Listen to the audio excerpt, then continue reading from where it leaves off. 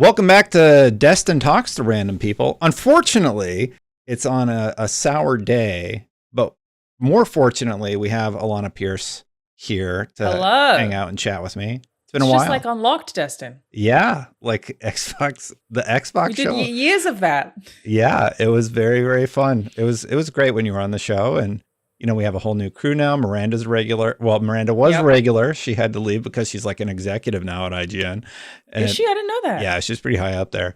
Oh, And I love then Miranda.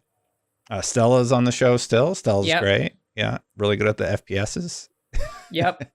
Yeah, we were talking about it. I remember when I was still on Unlocked, IGN's Xbox show for anyone who doesn't know, about the Halo Battle Royale. And that like just last week got confirmed to be canceled. And I was Yeah. like, dude, that was like the only one of those that I wanted.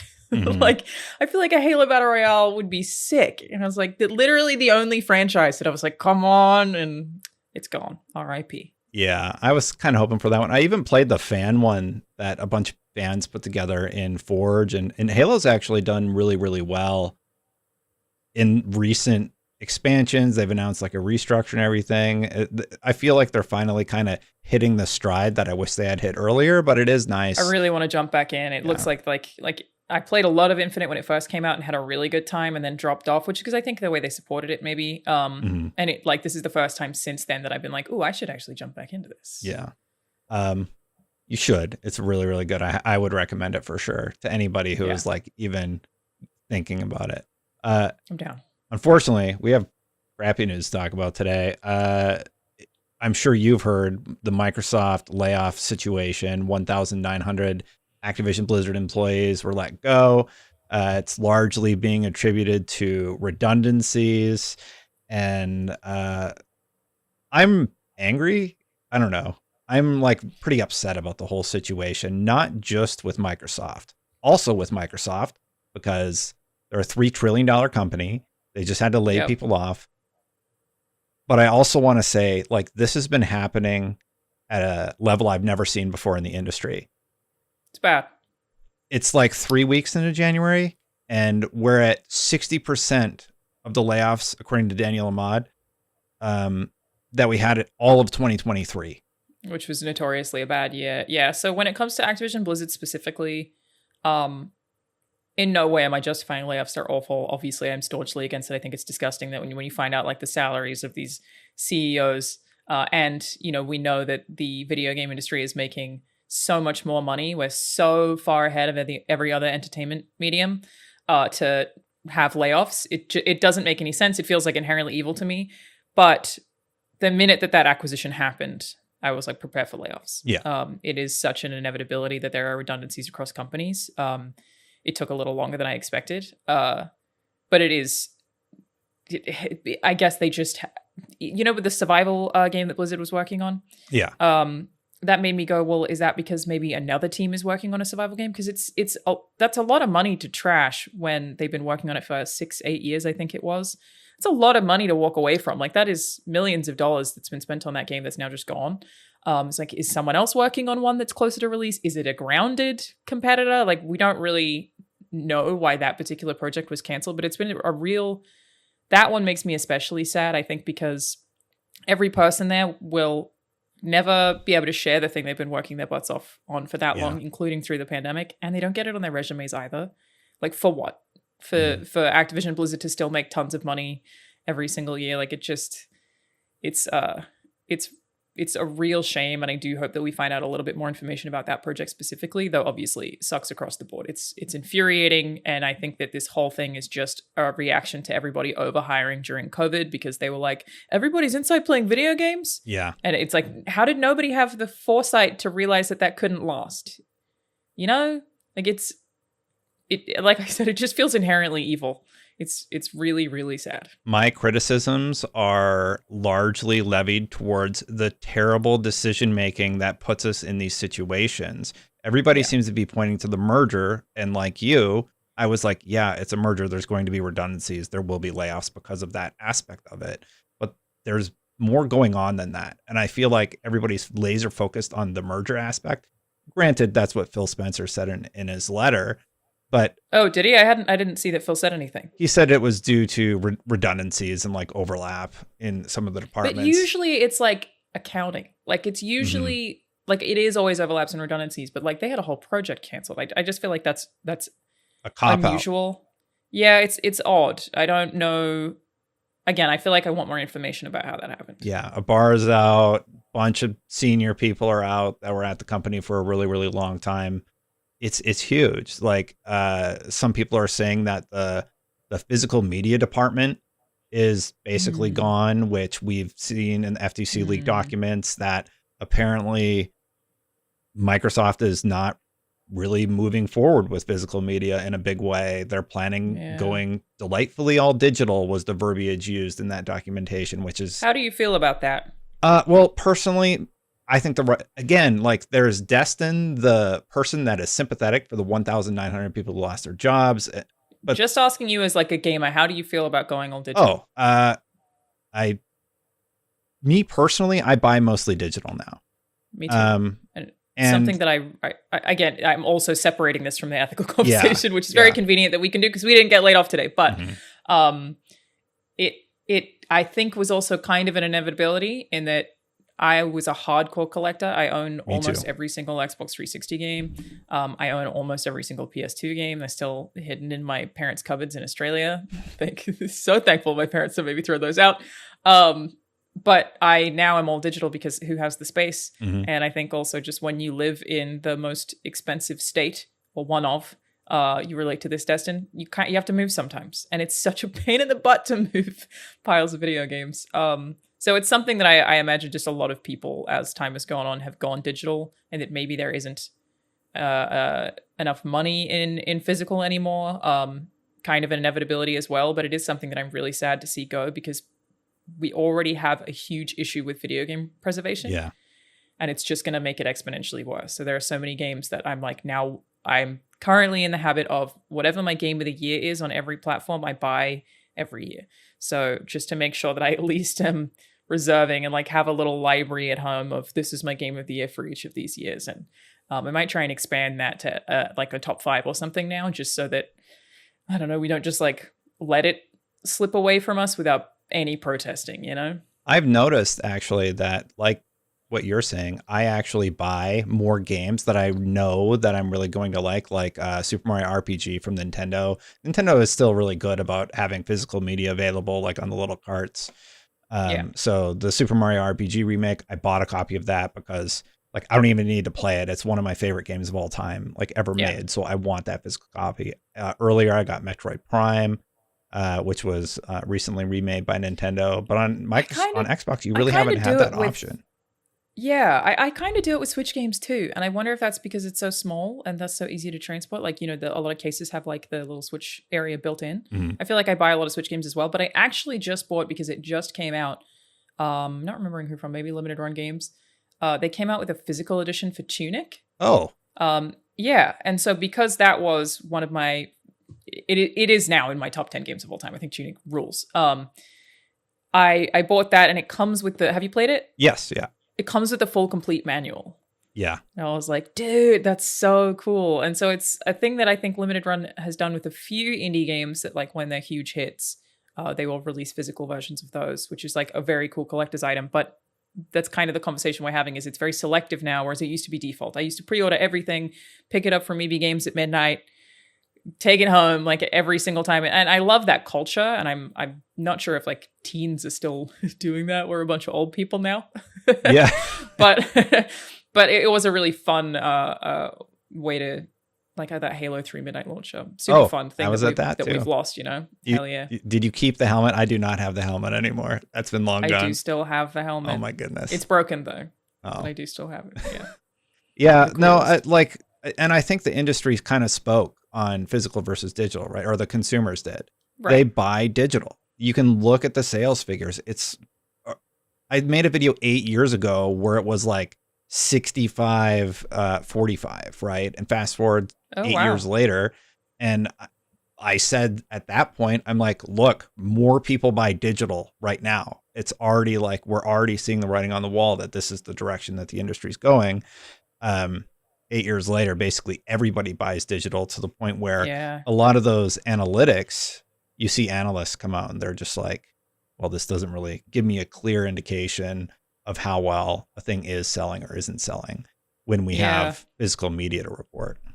Yeah, it's a weird landscape. So I didn't realize that you said it was like almost their entire physical force at Blizzard was laid off. Well, that's from, let me bring it up here really quick. Because they also still make like the Diablo 4 Collector's Edition. Say what you will about that game, but that Collector's Edition was so good quality, especially compared to like everybody else in that space, that they were still making really, really good Collector's Editions. It's a real bummer to see that go. So Dexerto said Microsoft is reportedly laying off the entire physical game department at Xbox. I think this is from Jez Corden, who had tweeted out that they were drastically impacted. And then, Danny Pena talked about how he was just in the store last week. So this is where I'm getting it from, but I haven't dug too far into the sources. But then it looks like they elaborated a little bit further. This also follows a trend of other retailers moving their physical media recently, some of which are listed here. Best Buy is one that comes to mind that isn't selling physical media anymore. So like this is an unfortunate reality that we're living in. And I absolutely agree with you on the game preservation front that it is sad. Worrying. Sad, yeah. Yeah. I feel like there are a couple of organizations that specifically work on game preservation. And I just want to highly encourage everybody to check them out. I'm not saying that, you have to donate, but it does feel like a real vote with your wallet kind of situation where if this is something that concerns you and you have some spare cash, I would highly recommend helping them out, because it's their entire MO is to make sure that we don't get screwed as licenses change and just lose video games forever. It's just a real concerning facet of the whole thing, though again also an inevitability. I just always think with that, these companies are so big and make so much money.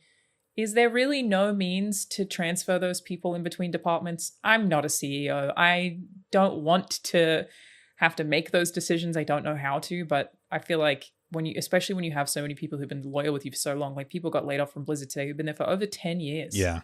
That's so much loyalty through all of the ire that Blizzard has been facing over the last several years. They've had political scandals like almost nobody else in the games industry has. To lay them off and not even try to facilitate, it can't be the only option. And I guess it is when the only desired outcome is money. Like I don't know how we do anything about it. I think that you're right to be angry, and I too am angry that I very much think that it is a response to overstaffing from COVID, because video games were so popular during that particular year and a bit that nobody was going outside. But if that's obvious to all of us, how is it not obvious to execs? I guess maybe it is and they don't care. In 2019, Kotick fired 800 people. Then he hired 2,000 the next year. And then there was the whole unionization, and there were a bunch of, nonsense things going on during that time, like just nonsense and terrible things that were happening under Bobby Kotick at the time. Bobby Kotick's out with like $400 million. So like, that's not great. I don't know. It's, Twitter's not a great place for communication, but like there's what do you mean? Yeah, right. There's Realist Destin, who's just saying like, there have been so many problems with the industry lately, like overhiring during COVID is one facet of it. There's this reliance. I talked to Rami about how, like, why are all these microtransactions in games? Like, I don't like them, but obviously consumers continue to buy them. So they're used to facilitate the ballooning costs of game development. Right. Yeah, I have an article from like 6 years ago on IGN.com where I interviewed Rami and a bunch of other indie devs about that particular thing that I still cite all the time because it hasn't changed. And there are two facets to that. Like, vote with your wallet, right? Like I say it all the time. And it's a thing that I still stand by. But the problem is that something like microtransactions or battle passes are so easy in terms of game development to put in a game that your wallet kind of doesn't even really matter. Like the cost of putting those in, the cost of Ultimate Team. I talk about FIFA as the impact it's had on the industry. Well, that's the big one, right? That's what everybody That's what changed everything. Yeah. Yeah. So like the cost of creating the cards for you to buy in FIFA Ultimate Team is so low. You don't even have to spend money on marketing to get people to spend a ton of money on Ultimate Team because they're already in the ecosystem. So it's not like you need to market outside. Like that whole thing, even if Ultimate Team weren't making very much money, doesn't cost EA very much to make and continue to support. The same thing applies to microtransactions. Even if nobody's buying them, they don't generally, like art department is probably huge, especially was in the case of Destiny, I'm assuming. They don't cost a lot of money, just a lot of assets really to be put into the game. So it vote with your wallet doesn't really apply to that particular thing. I wish we would stop spending money on them so that other studios aren't incentivized to do it. But I do not. I don't either. Yeah. I have only once, and it was a dog in Sea of Thieves. That's my only time that I've ever done it. But I'd also put like 100 hours into that game. So it was like that in that kind of instance, I'm okay with them. If I've spent a lot of time in something, especially if it's free. But that's the only one I've ever bought. And I wish we wouldn't. I wish we would stop. But yeah, even then, all you need is those whales, right? Yeah. Then not really going to take them out when it's not. It's almost a dumb idea to take them out when they're so cost effective. There was the Maple Story drama where they ran into some legal issue because they said they weren't changing the chance of you getting the desired roll on a weapon when you re-rolled it with the cubes or something like that. When in actuality, it was like 0.0000001% chance of you getting like specific drops that you needed to make your weapon more powerful against bosses, as an example. And they had to show a lot of the data, like how much does a whale spend? You're talking about like $30,000. You're talking about insane amounts of money from these things. So when they're that easy to put in, and that's great context to have, I appreciate you adding it. Why wouldn't they? So yeah, don't want them, vote with the wallet. People have voted with their wallet and they want them. So they're not going to go anywhere. We've already voted that we want it. That's the problem again. And they're really cost effective. It's a tough one because you'll see people like scream at dev teams, on Twitter, as we've established. Excellent place for communication. Yeah. And I try not to highlight those people too often because I know that there are a small minority. It's most adults are not screaming at developers on Twitter. But that is just never going to accomplish anything. And I always want to highlight that you can be as mad as you want about that particular thing, and the CEOs, the people who are making all of the money, are never going to care. Like, they don't care that you yell at their employee that they already don't care about on Twitter. Like, I'm sure that some of the people who got laid off today have been harassed on Twitter for decisions that were made by other people. I know the Overwatch 2 team came out and spoke about some of the decisions almost effectively coming from Bobby Kotick for things that, they get in trouble for, or they get called lazy for, or they get called, terrible at their jobs for, when they aren't the ones making those decisions. And where microtransactions are concerned, I cannot imagine a single game developer on the planet who wants them. I think that's always got to be a publisher mandate. I can't see, maybe again, outside of artists who get to make some like really cool looking stuff, which they often are. I cannot see anyone else vouching for them. But the problem is that no matter how much anyone speaks up, this whole machine, the layoffs, the microtransactions is capitalism. And the thing with the capitalism is it's hungry. Like, you can never earn enough money. It always has to be more than the previous year or you're failing. Yeah. I don't know where it ever ends. Yeah. I don't particularly understand what is happening in 2024 with just the sheer amount is just shocking to me. Three weeks into January, right? I feel like this had been coming and this is a continuation. And yeah, obviously don't go harass developers about microtransactions. I think we'll probably get some more stories out about it. But I know that like the entire tech industry is currently facing layoffs, and I suspect it's like people, again, whose jobs it is to know things, forecasting some sort of economic recession. It's just so hard to watch when, again, the video game industry makes so much money. Yeah, agree. Well, there's not really a smooth transition out of talking about layoffs. I think you and I can agree. Hey, this sucks. There's like nothing I'm saying takes away from the fact that 1,900 people lost their job today. It sucks across the board, and there's no other way to put it, really. There's literally no positive. There's nothing good about it. It absolutely sucks. Really hope that the people getting laid off are able to find other jobs in the industry, but even that currently feels really daunting because there aren't that many. I think that we will probably lose a lot of people from game development through this, and that also sucks because then you are just losing people with experience and hiring more juniors who are obviously cheaper, which can hurt the final product of every video game that you love and play, right? So it's a loss for gamers too, I think. Let's move on to Palworld. All right, great. So I'll preface it by saying we're going to talk about the drama, but I also really like Palworld.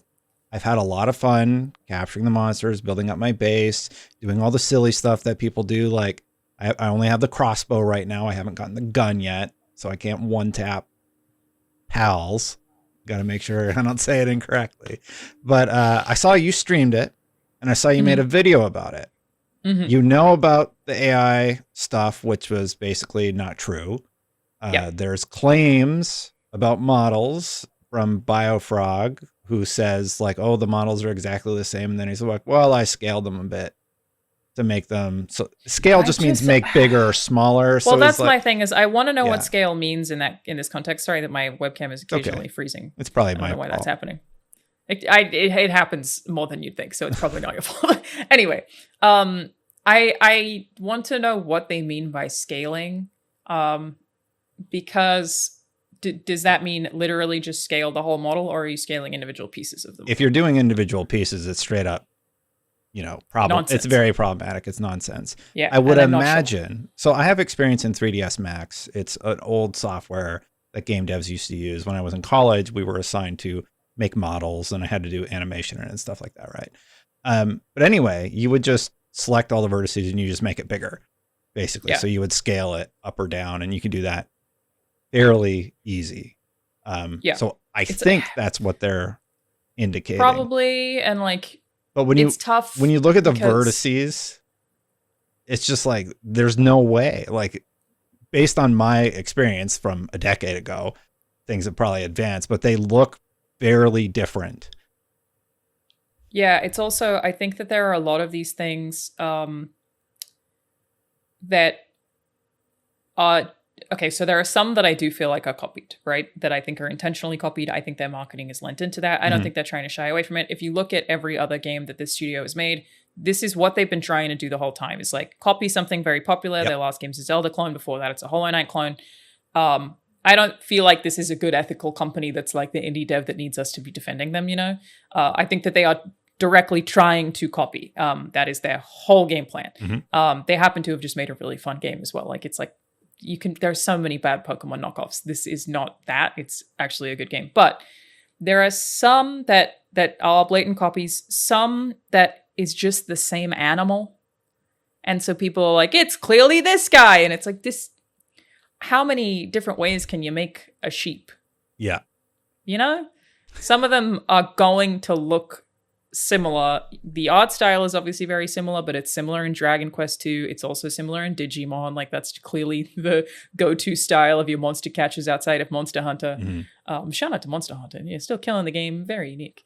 When can I wear the pals as armor? Let me know when that DLC's coming out. We're already murdering them. Yeah. So it's I just feel like there's so much nuance in this particular set of controversies of like they're trying to copy and I think it's crazy to pretend that they're not, but you can't just throw everything in this bucket when some of these are totally unique. Like there are two deer. I don't know what it's called, like Eichelhorn or something like that. Yeah. I called mine not Xerneas because it looks like Xerneas, but like they're still just kind of ethereal deer. Let me see if I can bring up the list, because I know who you're talking about, who put a bunch of them side by side. And I think I have that tweet thread. I think it was Cecilia Faye, if I'm not mistaken. The username at all. Well, here, let me bring it up here. Make sure I don't have my notes up or anything. Yeah, so here's the sheep that you were talking about. And this person went through and just showed all of them side by side. It's like the Pokemon concept art and then the version. So I would argue that, yes, like this one, I don't know, maybe. It's some of them are. This like one, those two I don't think look similar. It's like, okay, they both have a fin on their head, but they look kind of different. Yeah. This one, fairly different. Maybe. Yeah, it's Some of them certainly are. Again, Yeah. I'm not trying to defend the studio because that is Mhm. what they're trying to do. But some of these things are just not at all copies. It's a weird one because the game's not on PlayStation, right? Not yet. It's only I think so. Is it a console war thing that's fueled the controversy, or is it A lot of just that people- Pokemon fans are crazy? Well, I think it's multifaceted, right? I think there's Pokemon fans that are upset. I think it's just a ripoff. I think some people would say it's the Xbox tax, right? Oh, Xbox has it on Game Pass, so that's why everybody's mad. I just think that's totally not true. I'm not going to get into the Xbox tax controversy. I got in trouble for that one too. But you never get in trouble. What are you talking about? yeah, I don't know. These days I feel like I say everything wrong. Same. Yeah, so Xbox tax is being blamed for it getting criticism. I don't think that's it. I think it's just because it's a Pokemon probably more ripoff. Pokemon loyalty. Yeah, definitely. Yeah. The Pokemon ripoff thing in general is really interesting because have you played Conan Exiles? I played a little bit of it. Yeah. This game is Conan Exiles. Mhm. Almost every function is the same as Conan Exiles. Even the pals, they just function differently in that they're not like Pokemon in Conan Exiles. Obviously, a lot like Ark, which more people are familiar with. It has Ark. elements of Zelda. Yeah. And I actually prefer it to Ark, which seems crazy because Ark has so much money in it. But it is a good survival game. There's a lot about it that is very compelling gameplay wise, and that's always been the thing for me is gameplay is king. I will sit through a terrible video game story if I like the gameplay. I'll sit through a terrible art style if I like the gameplay. I mean, isn't that forgetting the name of the Gameplay is game? Gameplay is king. Yeah. Completely forgetting it won Game of the Year. Callie gave it a 10 out of 10. Zelda? What's it called? No, Callie didn't review Zelda. It's so indie and it's really ugly. It's beautiful soundtrack. Oh my god, someone will remember. It's like Pixels. Yes. I'm blanking on the name. I know the one you're talking about because Callie loved such it. Such a banger of a game. Miranda loved it. Everybody would talk about it. And Stardew Valley? Dan Stapleton, not Stardew Valley. I've never got into that. Dan Stapleton pulled all of us into a meeting room because if you give a 10 at IGN, it's a big deal. I don't know if he still does that. Yeah, I don't know if you have meeting rooms anymore, but for that game, we had to justify it to Dan because it's such a not Dan 10. We had to be it is a 10, you'll be fine, and it's aged very well. People love it. Totally forgetting the name of the game. Gameplay is king, right? That's the whole point. And the gameplay is very, very good. I think I have some issues. I think the UI for crafting is pretty bad. I am not a huge fan of sit at bench and hold F for 5 minutes to craft balls. There are things that need to be worked on, but for the most part, it's a good game that is not, it's not tapping my Pokemon itch at all, to be honest. The things that I like about Pokemon, very unique and very specific to Pokemon, which is really about building a team. And I think Pokemon deserves a lot more credit than just its designs. Those games are currently sort of atrocious. Undertale. Really. I had to go through Undertale. Thank you. Yeah. Undertale. Yeah. It's gonna drive me nuts. That's what I meant. Ugly ass video game. 10 out of 10. Yeah. So Pokemon, I do really feel like Game Freak it is the only instance where I feel like this is inexcusable and terrible that they make as much money as they do and are as successful as they are. Literally the highest grossing franchise of all time is Pokemon. Mm-hmm. And that those games are so terrible. But the Pokemon itch that I have as someone who loves Pokemon is not scratched by Palworld in that the reason that I play Pokemon is for the team building, right? So I think the core of Pokemon is very much about you have 6 of these things that you can put together. They have HMs and TMs, of which there are however many, 100,000, whatever. Each different type can handle a certain amount of those. Then you also get into breeding with EVs and IVs. You are putting together a team of 6 that almost nobody else in the world will ever be able to replicate. Even if you have the same Pokemon, you're going to end up with different movesets and you're going to end up with different EVs and IVs. Pokemon is... I respect it so much for how hardcore you can get into that particular system. Palworld doesn't have that at all. Correct. It doesn't feel like a Pokemon game to me. Does it look like Pokemon? Yes. But outside of that, it's a survival game. It is clearly leeching off of Pokemon's success in terms of marketing, and it's clearly working very well for it. This game has sold so much and will probably break records throughout the year, which is crazy to happen in the first few weeks of January from a studio nobody's heard of, from a game that everybody was previously just laughing at. It's so surprising. But to call it a Pokemon ripoff is... I feel like you kind of have to have not played it to just think it's that, because it's not even really trying to do that. It's even Arceus, which is the game it's the most similar to. It's still very, very different. A lot of people put Arceus side by side with this, and they're just like, look how there's nothing in this world versus this. And that sort of goes back to your point about how Pokemon has been, I don't know if stagnant's the right word, but maybe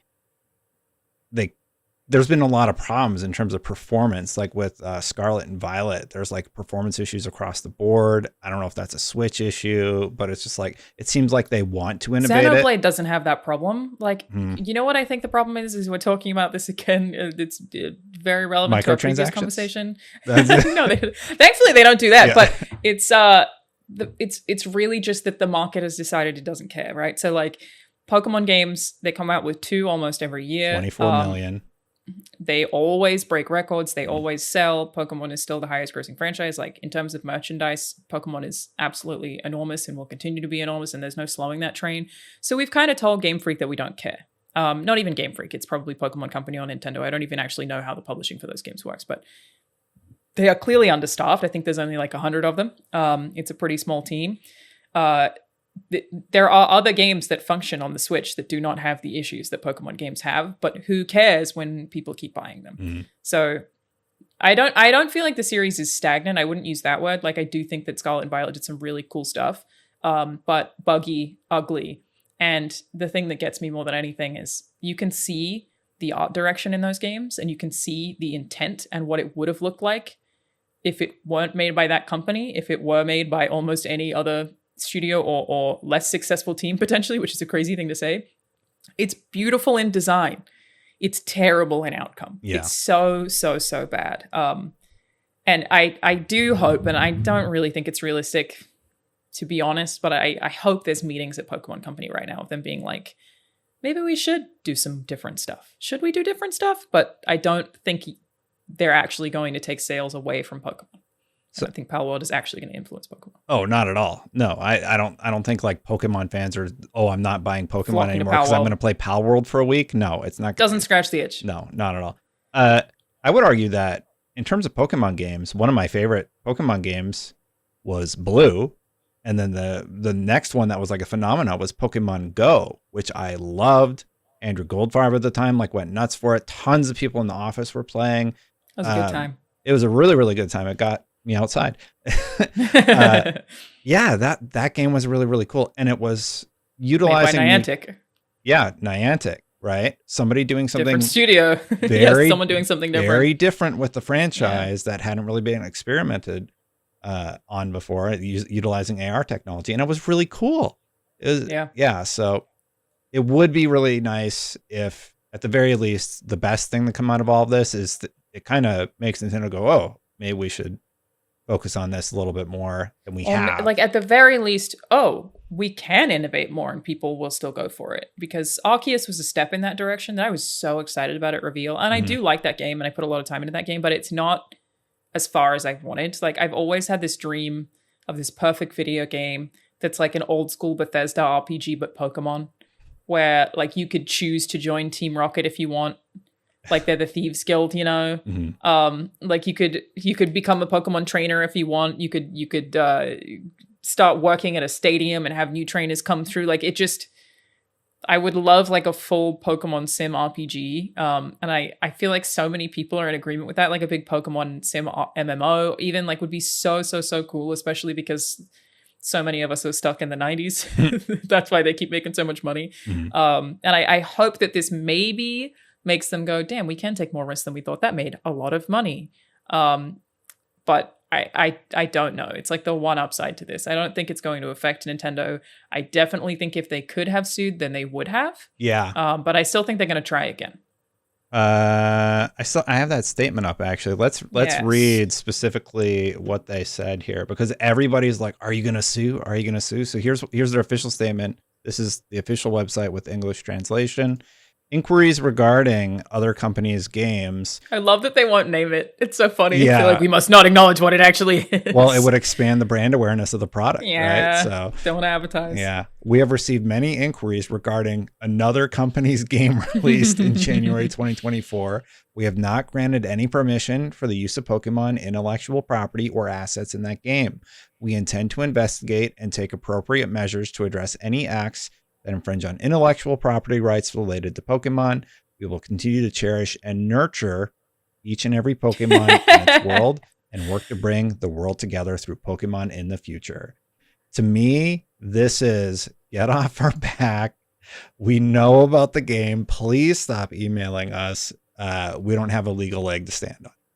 Like, it's just them saying we're aware of it. We know. I don't think they sue at the end of the day. So, Nintendo never makes statements about anything. What was that? They didn't.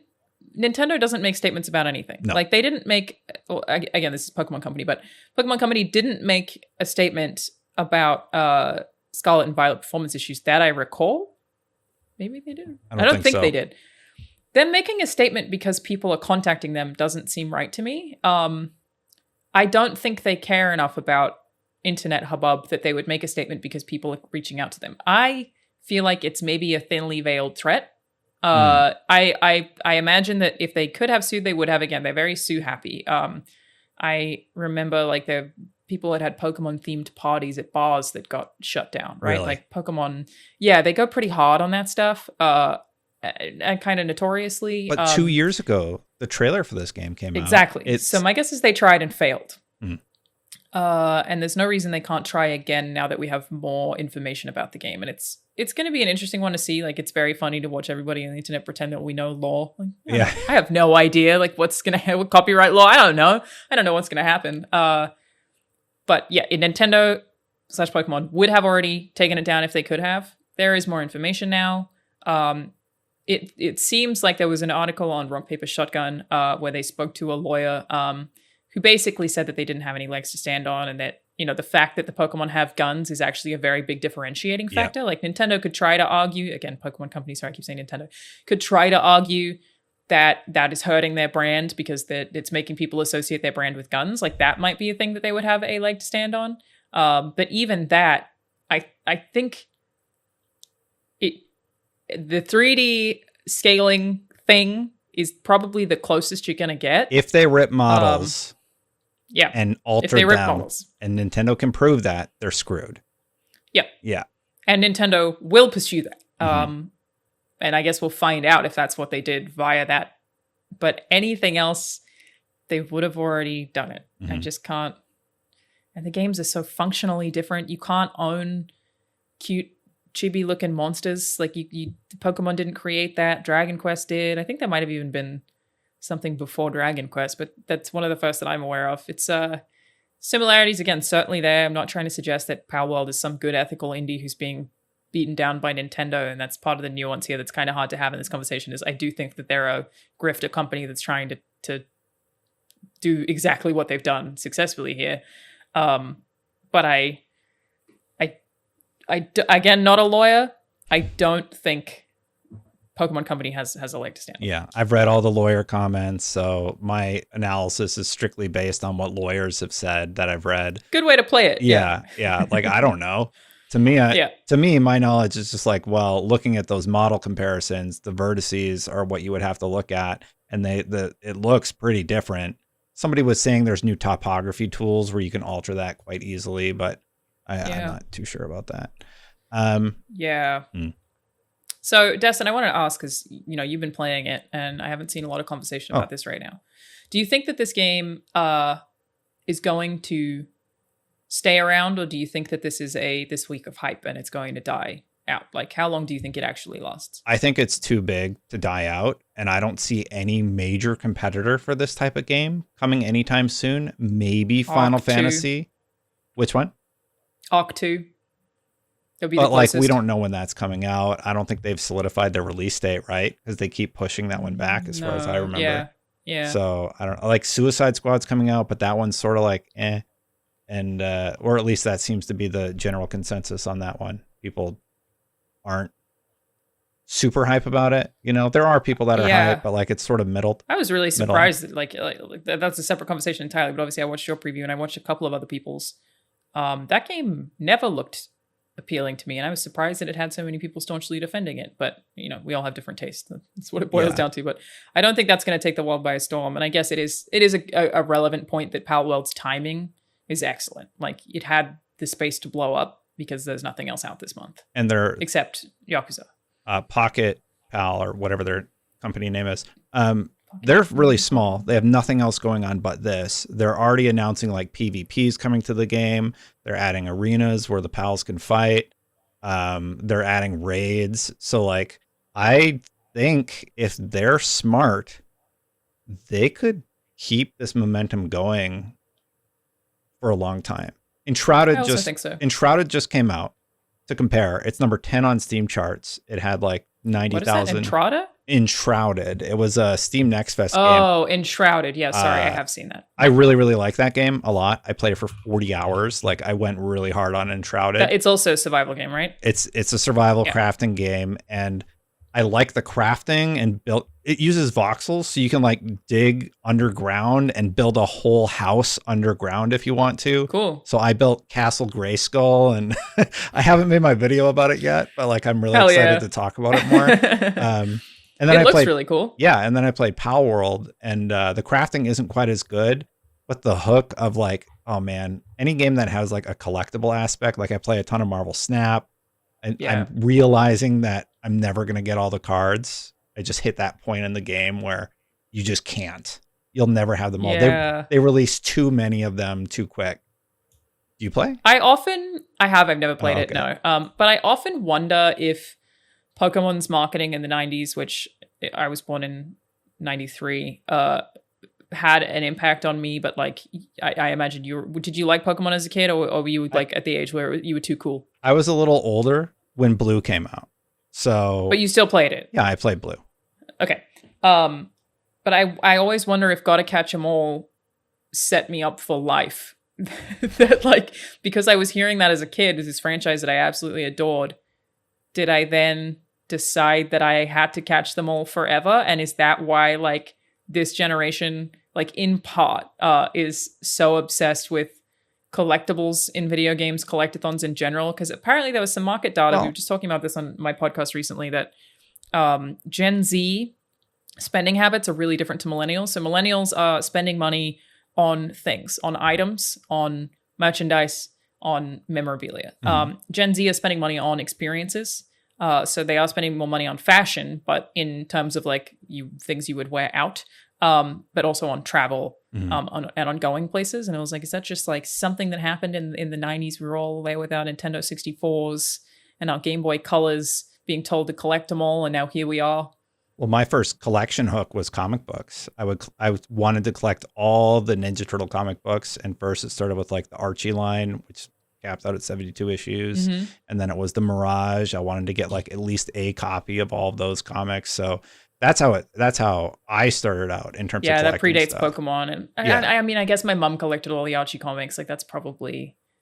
But did they have the marketing for it? I don't know. Whatever it is, it stuck with us, right? Whatever it is, it like clearly. I think it's just a human thing. Yeah, but apparently Gen Z aren't doing it quite as much. They're not like as obsessed with collectibles. So I don't know, but I get that. There are things that I don't like about the way that Palworld does it, in that like, it's not scratching my Pokemon itch, in that I really like customizing a team and really fine tuning who has what HM and what TM and getting very deep into that particular system. Palworld, I don't like that it does the Arceus thing of catch 10 of this exact same thing, when I would certainly prefer to like complete the Pal Dex. Do they call it a Pal Dex? Yeah, I don't know. Probably. You probably nailed it. Yeah. Of getting all of them and seeing every different kind. And they've tapped into a cool thing that I think I don't feel as much in Pokemon, where it's got very slight Elden Ring vibes. It's not like Elden Ring created this particular formula or anything, but the comparison's an easy one to draw, of coming across a new giant Pokemon and being like, whoa, what is that? Where I don't feel like Pokemon really had that effect on me. So the collectathon is certainly a big part of like why I think people will stick with it, because you'll never complete it, and the minute that somebody does, they'll just add more, right? But I just get really into survival games. Like it's doing that for me, and it's solid, and there are things that I hope they improve, but I'm sure they will. It's still in early access. But I'm with you in general that I don't think this one's going to die away, and I think that a lot of the people who think it is probably haven't played it. Again, it is more than just a Pokemon ripoff. They have actually made a good video game here. Somehow. Through questionable, dubious means, but everybody's playing it and they're like, yeah, that kind of sucks, but it's really fun, so I'm going to keep playing. You know? I mean, that's what it comes down to, right? We can have every ethical conversation in the world that we want, but people are really just going to play the game if it's fun. That's what it always comes down to. Do you enjoy it? Okay, great. That's it. Like, you'll be playing it for the next 6 months. What else I have for you today? You worked in media, and man, your career is so interesting. You worked in media. You're an influencer now.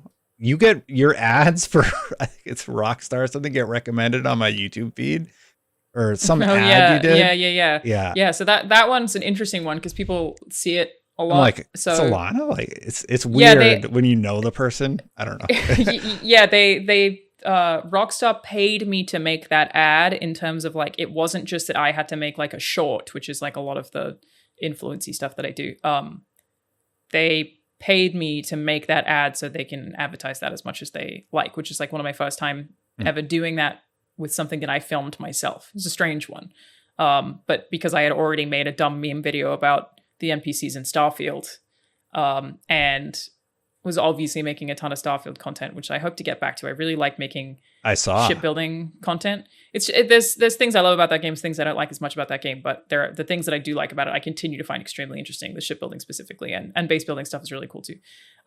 Seeing what people are discovering in that game still is really fun, but I ran out of time to make shorts, basically. But that's how that came about. And I always forget that it exists, because on my channel, the upload is like, I don't know, has like 100K views or something, but I guess the ad has millions. It's a very weird one. Someone commented on my channel recently, was like, you're the Starfield Rockstar girl. And I was like, I guess I technically am. I was sort of curious. Well, like, and also you're in the industry now, so like you work on, you're not allowed to talk about it, but I'm allowed to tell you. We can say where I work at Sony Santa Monica Studio as a writer. We can say that. Yeah. Okay, and I'm a huge God of War fan, so tell Bruno I said hi. And that Bruno. I absolutely. We have a soccer game this Sunday. Huh? We have a soccer game this Sunday that Naughty Dog and Santa Monica Studio play. Football soccer, and we've got a soccer game this Sunday, and Bruno is our goalkeeper. So at this point, whenever anyone mentions Bruno, I'm like, you better be training, I swear to God. It's really fun. I love Ragnarok. It was one of my, I really love that game. Played on hardest difficulty. So thanks. Hell yeah, gamer. Thanks for that. Anytime. I can take almost no credit.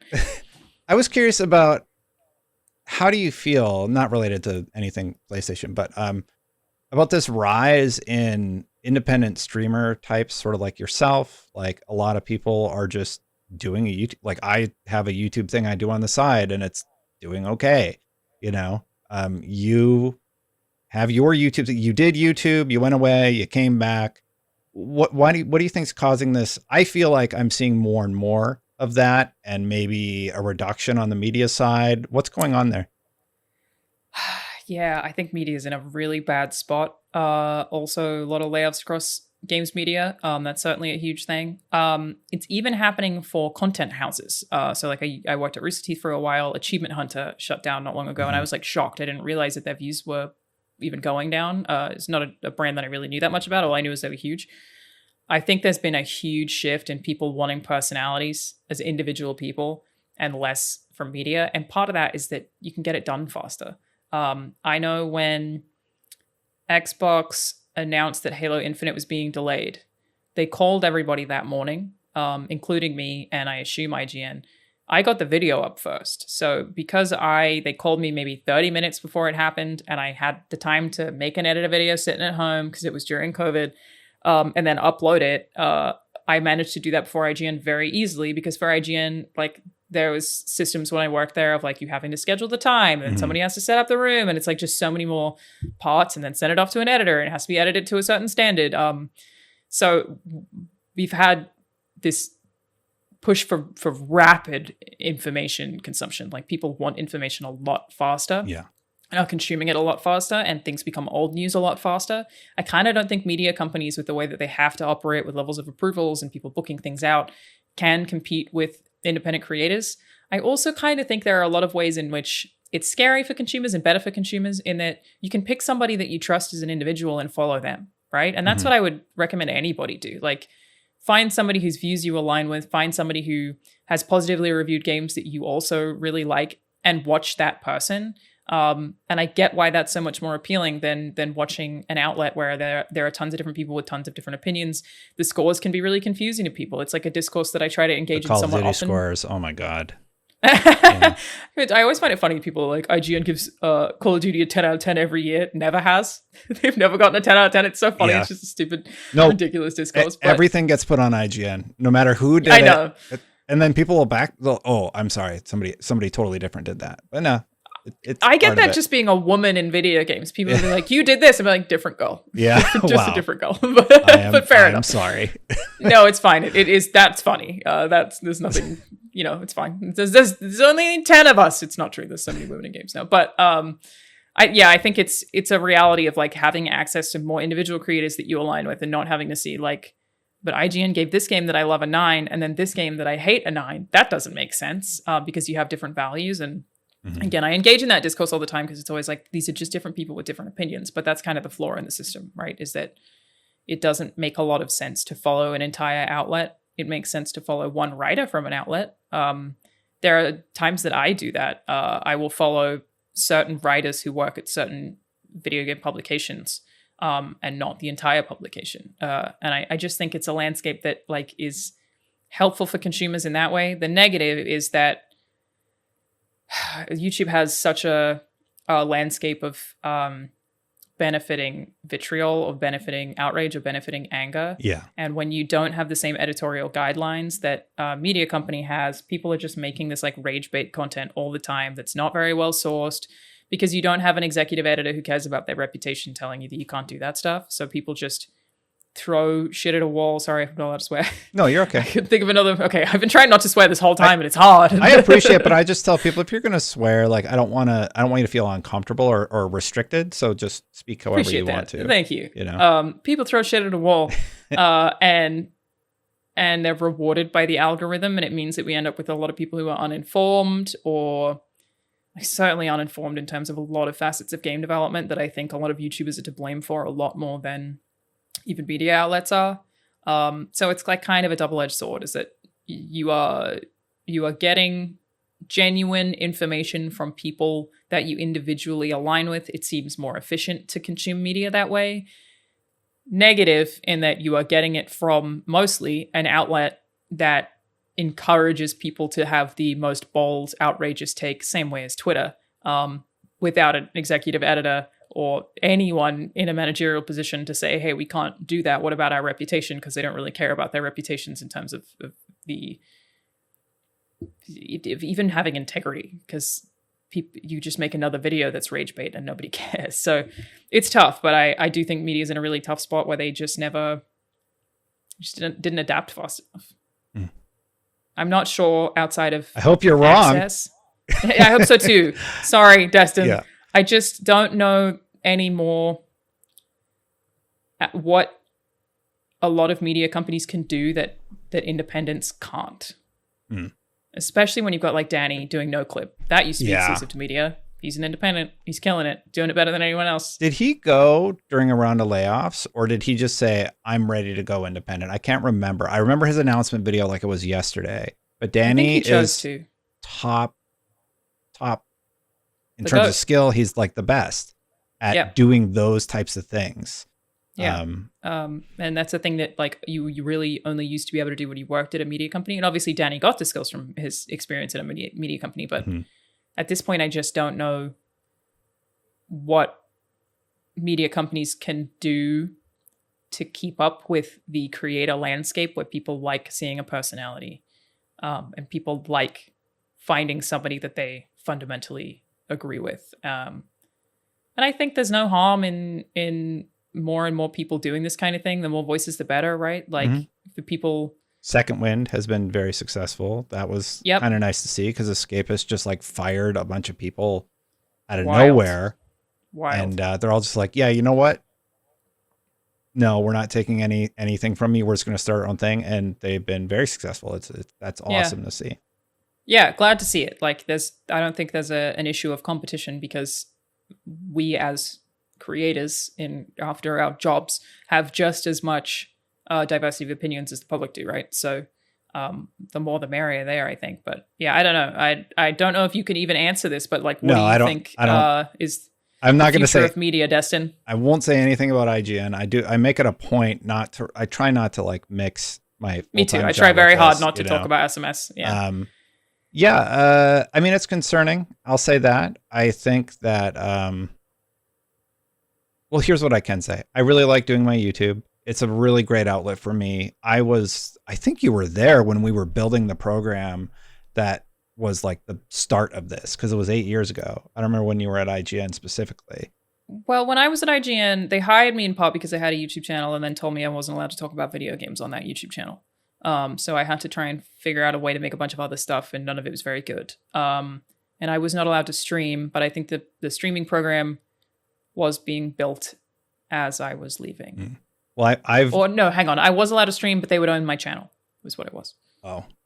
Well, I've really appreciated like Pear's support, and I've talked to him about the YouTube channel before, and I really think it's cool that you're able to do it. I really need it as an outlet because with IGN, you're not speaking for Destin, you're speaking for IGN, and that's an important distinction to make. Like, unless you're doing a review, then it's you.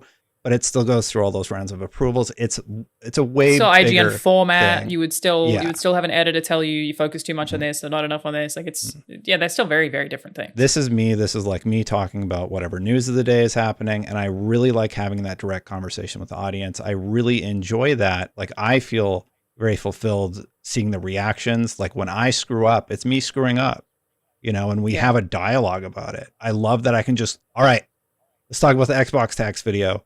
Call in, talk to me. Like I'm very accessible in that way, right? Yeah. And I try. You can't get that sense of community when you work for a company like IGN because there's too many. Half of them, too many people, too many fans. Mm-hmm. Yeah, it's tricky. Yeah, it's tough. But I don't know.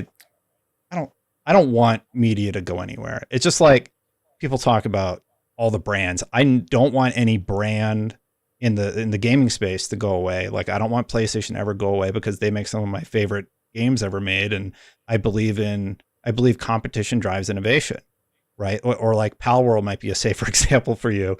Palworld and Pokemon, right? Like Palworld definitely did some stuff that we all consider fun. I got to turn my air down a little bit. And I hope that drives Pokemon to look at their practices and to say, well, is there a way that we can innovate within our space? That competition is such a good thing for games. Mm-hmm. Like it's so important for games, and especially to like see what other people do well when they're trying to win. Like if they're trying to win Game of the Year or whatever, seeing what they push for can inspire other dev teams, and yeah, it's super valuable. I also don't want media to go away. I think that more information and, like I said, the ability then for gamers to pick who they want to get their information from is like a win for everybody. Like I can't see a downside to an abundance of people offering different insights. I agree. But I also understand why the value is disputed. Like I get that, and I don't know. I'm not sure how any of these companies will adjust. It's been really interesting to watch with BuzzFeed, watching them grow personalities and then all of those personalities leaving. Pretty much every single time is like clearly they didn't adjust in some way where you like build those personalities up and then they realize, oh, I don't need BuzzFeed to have a huge successful YouTube channel, and people keep leaving and having huge successful YouTube channels. And that's like clearly BuzzFeed messed up there somewhere. That's got to be like employee treatment, or they weren't getting paid enough, or like something along those lines that I don't even think like I said, groups work anymore with the closure of Achievement Hunter. People seem to want to watch individual streamers. Yeah. And they'll watch those individual streamers collaborate with each other, but it's like it's become reality TV. Twitch is reality TV. You watch one person, you watch their take on the news of the day, and then you watch what the other person said about their take, and we're just getting all these different camera angles, like it's edited like the Big Brother house, you know? Yeah. It's like, this is just the modern reality TV, and I don't even know if, there's like comedy gaming groups really can exist anymore. I think media could adapt, honestly. Like if they're watching and they're not utilizing what the individuals are doing, they need to empower people to be able to do that, right? Yeah. And I think that would be a way forward. But something to chew on. It's tough. Mm-hmm. Yeah, it's tough. Yeah. It's been tough to watch. Like I said, a lot of layoffs in that sector as well. I don't know what the future for that looks like, nor do I know what the future for game development looks like at this point. Like, everything's just scary. Agreed. But simultaneously, the last 12 months for video games has been incredible. And I always want to shout that out too. It's like, people, despite these very scary circumstances, it's certainly not going to be easy for people to make good games while they're fearing layoffs. Somehow they still are. They're still making really, really incredible stuff. So yeah, the industry is still really rewarding people. It's just in a really scary landscape right now, I think. I agree. So Keeley, next year at the Game Awards, let them talk about their awards a little bit longer. Damn it, let them talk for 30 so seconds, mad. Jeff! I was so mad about that one. So bad. Especially Baldur's Gate 3, where he was talking about a colleague who died. Yep. What are you doing? Oh my God. Oh, let's play him For the record, off. he agreed. Yeah. He knows. Please wrap it up. Yeah. Yeah, he knows. Yeah. They won't do that again. Alanah, we've been talking like an hour. I didn't even realize it had been that long. Look at us go. Yeah. Just like Podcast Unlocked. Yeah. I also forgot to put up your name tag at the beginning. So this is Alanah Pearce. That's fine. If you didn't know, she's great. Alanah, what do you want to plug? Like, everybody knows you, I feel like. I don't know about that. My name's Alanah Pearce. I make content on the internet about video games. I'm on all social media as @CharLanazard. Do I want to plug anything right now? Not really. I'll watch her Rockstar Starfield just making stuff video. If you haven't already seen that weird thing that I did. Yeah, I'm trying to think if there's anything exciting at the moment. Not really. Just continue making stuff. I always love to give a shout out to my podcast I do every week-ish, depending on availability, with Mike Bithell, who's a game director, and Austin Wintry, who's a game composer, sometimes joined by Troy Baker, who's a video game actor. I really value that show because it means that I get perspective from other people in different disciplines in game development who are working on games. And I think it's a unique show in that there aren't a lot like it. Though I can't promise that we talk about video games all the time. So keep that in mind. But the last episode was all about AI and ethics and what we think AI will do to the games industry. I'm going to watch that. It's a fun one. Yeah. We ended up having a full existential crisis of like, there's this, I'm probably going to make an AI video pretty soon, but there's like really a thing where like, if AI can just, sorry, I promise I won't talk about this too long. You try to wrap this up. If AI can make stuff all the time, right? If AI starts making movies and we can have 1,000 movies a week, movies are no longer valuable. And so there's like, if we lose value for any of these things that AI is making because it can make it in such abundance, don't we just come full circle where the human ones are just going to be valued again anyway? It's an interesting future we are facing right now, I think. Well, I was just going to say in the immediate future, I think AI is a thing that's going to be utilized. I think if it's done in some sort of a responsible manner, I would hope that it's used more as a tool than as a job eliminator. It's already being used, right? Like we use AI in video games all the time. That's how you literally, is the AI good? Means, did you get shot too much and in the right way, right? Like we use AI all the time. I think everyone's going to have to make their own stance on it is probably my biggest take. Is it like you are going to have to choose what you like and what you don't, and some of it's an inevitability. And I think mine is, I don't even really see the point in being human if not to experience art, writing, and music made by other people. That's culture and community, right? Like that's a very reductive way of saying it. But I think my thing is I'm going to opt not to purchase anything similar to microtransactions, as you and I were both saying. I'm going to opt not to, for as long as I can at least stand it, to not buy things that are written by AI, that have art done by AI, or that have music done by AI. And that's going to have a lot of gray area because some of those things can be AI assisted without me having an ethical issue with it. But I don't even think it really makes sense to grandstand what your stance is. You just have to kind of choose what you're comfortable with and go for it, because it's going to get wavy. The scary thing is if people are playing a game and they don't know, it's just like with the Palworld situation. Totally. I would say 8 million people have bought that game on Steam. How many of those people are even aware of the controversy, if you want to call it that, you know? Yeah, almost none. Yeah. And that's the reality of the situation, unfortunately. I don't want AI to replace writing. AI writing sucks. Yeah. And like, even if it got good, it would be getting good in a way that's like, you just put a bunch of prompts into something to shit something out for an algorithm, you know? Like, I just don't want that world personally at all. Like, I don't want to be fed a story from a robot that's designed to get me to spend money. Like, that, again, what's the point in anything if that's where we're at? Like, we're just money machines at that point. Like, I'm going to try and fight it for as long as I can. And I worry about the inevitability, but we'll see how it goes. As it stands right now, I don't think a lot of game studios, at least not in AAA, are going to be comfortable using any of the AI tools because like using something like ChatGPT would require you to put information into ChatGPT or prompts that could result in leaks. So no one's going to want anyone to do that. Then using art, because so much of AI art steals from artists, that's illegal, and they don't want to get in legal trouble. So right now, I don't think it's a concern, but there are AI tools coming, and some of them are stupid. And I could talk about this. I'm going to make a video about it. It's like I could talk about this for a long time. Yeah, I don't have anything particularly compelling to say other than like AI is a thing. It's going to be utilized, and it's going to be very interesting to see what happens with it in the future. You know, definitely. Well, that flew by. Thanks for hanging out, chatting about the bad stuff. Some of the fun stuff. Anytime. It was good. Yeah. Always lovely to chat to you, Dustin. Let me know if you want to play video games sometime. We should play some Halo. Yeah, we should play the new season. I'm down. going to do a real quick outro here. Thank you, Alanah. Thank you to the members who support the channel. I really, really appreciate all of you. If you want to become a member, you can click that join button. I'll put up Alanah's subscribe link. I'll put up my subscribe link and point to a video here. Let me see if I can find the outro button. I think it's this one. Hopefully everything doesn't break. Bye for now, everybody. I'll see you for the next one.